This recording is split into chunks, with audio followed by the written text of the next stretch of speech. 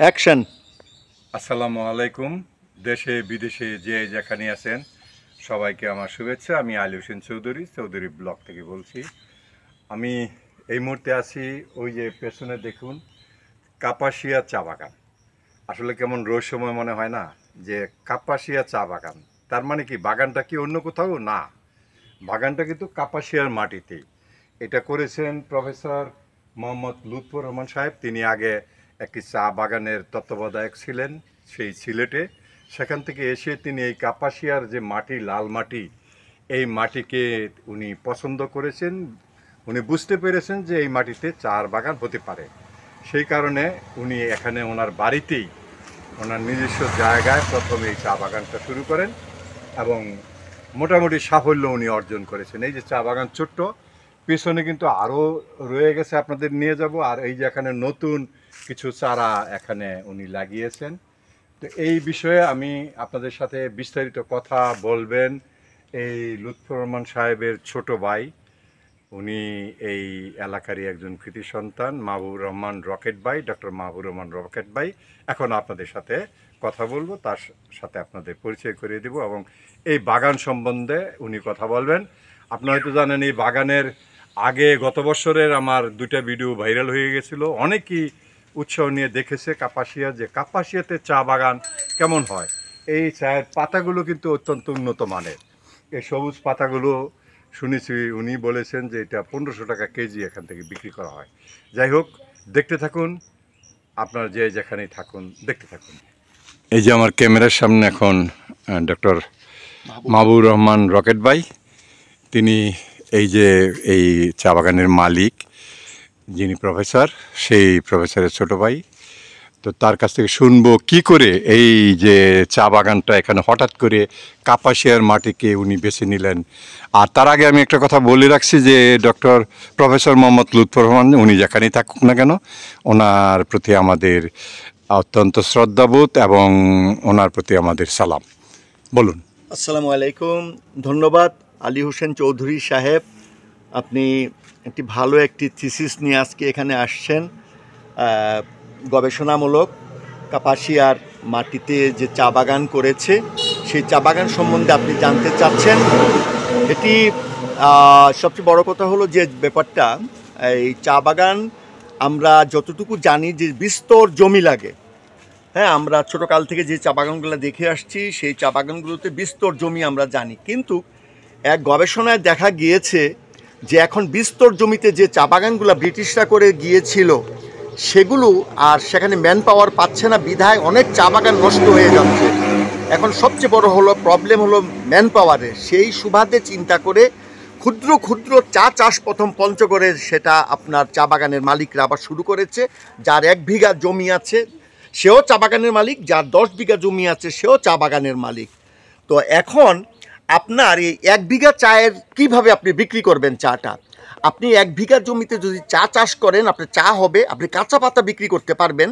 এবং এটার একটা ইংরেজিতে একটা প্রবাদ বাক্য আছে, টি ফর ফুড সিকিউরিটি, মানে আপনি যদি চা উৎপাদন করেন কৃষি খামার হিসাবে, তাহলে 1 বিঘা জমির চা চাষে আপনার সারা বছর খেয়ে পরে আপনি চলতে পারবেন, যেটা 1 বিঘা জমিতে আপনাকে কখনো অনেক ফসল দেবে না। যেমন আমরা খনার বচনে পড়েছি, কলা রুয়ে কেটনা পাত, তাতেই কাপড় তাতেই ভাত। তদ্রূপভাবে আপনার যদি 1 বিঘা জমি থাকে বা আধা বিঘা জমি থাকে, তাহলে আপনি চা চাষ করতে পারবেন এবং 150 বছর পর্যন্ত আপনাকে চা চাষ এইভাবে চা পাতা দিয়ে যাবে। একদিকে যেমন আপনি চা বাগানের মালিক, আরেকদিকে আপনার সেটা আনন্দ পাবেন। এই চাটা আপনি আস্তে আস্তে জমি বাড়াবেন, একজনের জমি লিজ দিবেন, বাড়াবেন, দেখা যাবে যে আপনি 20 বিঘা জমি চা চাষ করতেছেন এবং 20 বিঘা জমি চা চাষ করার পরে আপনি নিজেকেই একজন চা বাগানের উদ্যোক্তা বা মালিক হিসাবে জানবেন। আপনার স্ট্যাটাস বেড়ে যাবে, মেন্টাল স্ট্যাটাস বেড়ে যাবে, চায়ের সাথে আপনার একটা চায়ের কালচার হবে। আপনারা জানেন যে বিশ্বে এখনও 1 কোটি টাকা চা কেজি ভারতের আবদানি মিসেস আবদানি সাহেবের ওয়াইফ তিনি পান করেন। মানে চায়ের কেজি আমি 10,000 টাকা কেজি আমি চা কিনেছিলাম আমাদের কাপাসিয়ার, আমাদের চিনারুলির শিল্পপতি নাজমুল হাসান খালেদ সাহেবের জন্য আমি ওনাকে চা এনে দিয়েছি থাইল্যান্ড থেকে। 10,000 কেজি টাকা চা, অল্প যাই হোক, এখন কাপাসিয়ার যে মাটি পানি এটা চা চাষের জন্য উপযোগী, কারণ কাপাসিয়া একটি রিসোর্সফুল জায়গা। এখানে যেমন মেধাবী ছাত্র আছে, সবাই পলিটিক্সের দিকে তারা এগিয়েছে, রাজনীতিতে সব কিছুতে লেখাপড়ায়, বিদেশের বিভিন্ন ইউনিভার্সিটিতে লেখাপড়া শিক্ষকতা করে তারা অনেকভাবে যাচ্ছে, বিভিন্ন পেশায় মানুষ অনেক এগিয়ে গেছে। তাই প্রফেসর লুৎফর রহমান সাহেব এখানকার এই চা বাগানটা প্রায় 8 বছর যাবত উনি গবেষণা করেছেন। গবেষণা করার পরে শ্রীমঙ্গলের থেকে একটা উনাকে বাংলাদেশ চা বোর্ডের নিবন্ধন উনাকে দিয়েছেন। এই চা বাগানটার যে নিবন্ধন, আপনার সিলেটের মালনীচোরা চা বাগানের সেই নিবন্ধন, এই চা বাগানের যে নিবন্ধন জেমস ফিনলে এবং লাক্কাতুরা চা বাগান বা আপনার এই জেমস ফিনলে, তারপরে আপনার সোয়ালেস টি গার্ডেন, তাদেরও সেই কি নিবন্ধন। তো উনি এখানে প্রমাণ করতে চেয়েছেন যে কাপাসিয়াতে আরও কৃষক হবে, সায়েন্স গ্র্যাজুয়েট আসবে, বিএসসি পাস করেছে বোটানিতে, তারা আসবে, তারা বেকার না ঘুরে এটাকে তারা এগিয়ে নিয়ে যাবে। তাদের কাপাসিয়ার প্রত্যেকটা ফ্যামিলি কিন্তু আপনার জমি আছে, কেউ এখানে মানে গরিব নেই, কিন্তু জমিগুলো তারা ফেলে রাখছে। তাই লাল মাটি, বিশেষ করে দুর্গাপুর এবং দরদরিয়াতে চায়ের জায়গা, মেঘালয়ের চায়ের মতো এখানে তৈরি হবে, আসামের চেরাপুঞ্জির চা এখানে তৈরি হবে, যেহেতু এই চাটা 1500 টাকা কেজি বিক্রি করতেছে। এই হলো আমার। আপনারা শুনছেন, আসলে এটা খুবই আশাবাদী, যেটা আমরা মাহবুবুর রহমান সাহেবের কাছ থেকে শুনলাম যে কাপাসিয়ার যে মাটি আসলে সেই পাহাড়ের মতো লাল মাটি, ঢালু মাটি, সেই মাটিতে এই চায়ের চাষ হবে, এটাই সত্য। তো আমি মনে করি যদি কেউ এগিয়ে আসেন এই ব্যাপারে, কি ডক্টর লুৎফর রহমান, প্রফেসর লুৎফর রহমান সাহেব কি সাহায্য সহযোগিতা করবেন? উনি হেল্প করার জন্য এখানে অলরেডি একটা অফিস করেছেন, উনার বাড়িটাকে উনি কোম্পানি বাংলো হিসাবে দিয়েছেন এবং এখানে ট্রেনিং করান। শ্রীমঙ্গল থেকে একজন আসেন টিবোর্ড থেকে, এবং এখানে 2 না 3 জন ওনারা ট্রেনিং নিচ্ছেন। ওরাও ডিপ্লোমা। আপনারা জানতে পারলেন যে আপনারা কেউ যদি কাপাসিয়া বা আশেপাশে এই লাল মাটিতে চায়ের চাষ করতে আগ্রহী থাকেন, তাহলে তিনি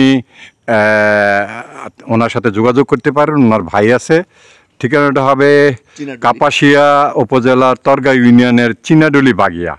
এখানে আসলে প্রফেসর লুৎফর রহমান সাহেবের নাম বললে সবাই চিনবে। এখানে একমাত্র চা গার্ডেন যেটা সিলেটের সবুজ পাতাকে এখানে নিদর্শন হিসাবে কাপাসিয়ায়, আপনারা আসলে এখানে সহযোগিতা পাবেন, এটাই উনি বললেন। আমরা আরেকটা চা বাগান আছে এর পেছনে, আমরা সেদিকে যাব। আপাতত মাহবুবুর রহমান সাহেবকে ধন্যবাদ, আমরা সেদিকে যাচ্ছি, সাথেই থাকুন। ধন্যবাদ জানাচ্ছি আলী। আমি প্রথম বাগান থেকে এখন দ্বিতীয় বাগানে চলে আসছি। এটা হলো সেই দ্বিতীয় বাগান।